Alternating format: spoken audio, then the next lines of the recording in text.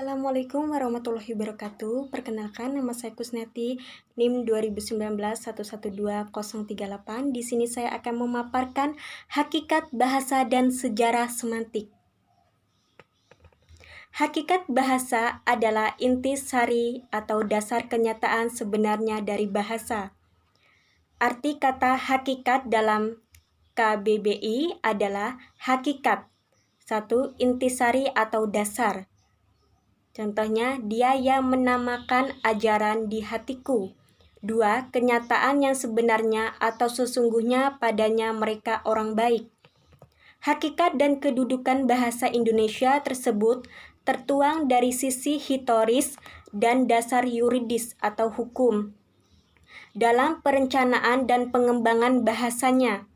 Dalam ilmu bahasa, semantik adalah bidang ilmu yang mengkaji makna kajian semantik sebagai sebuah bidang ilmu seperti pragmatik, filsafat, antropologi, sastra, linguistik, dan religi. Fungsi bahasa sebagai berikut. 1.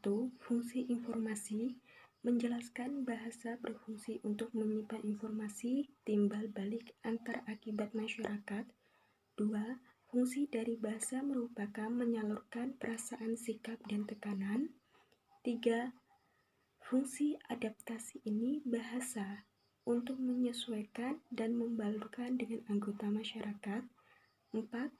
Fungsi kontrol sosial, yaitu bahasa berfungsi mempengaruhi sikap dan pendapat orang lain. Fungsi bahasa sebagai berikut. 1. Fungsi informasi. Menjelaskan bahasa berfungsi untuk menyimpan informasi timbal balik antar akibat masyarakat. 2. Fungsi dari bahasa merupakan menyalurkan perasaan, sikap, dan tekanan. 3.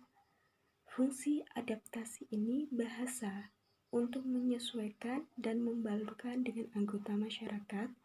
4.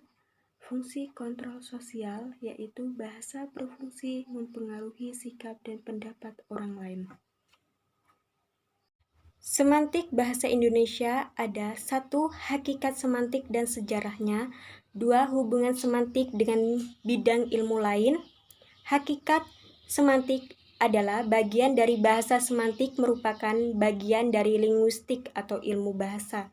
Semantik memegang peranan penting dalam berkomunikasi karena bahasa yang digunakan dalam berkomunikasi adalah menyampaikan makna. Contohnya, seseorang menyampaikan ide dan pikiran kepada lawan bicara. Sejarah semantik.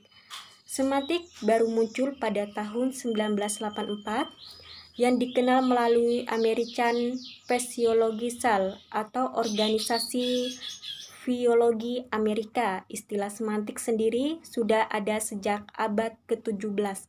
Semantik sebagai subdisiplin linguistik muncul pada abad ke-19.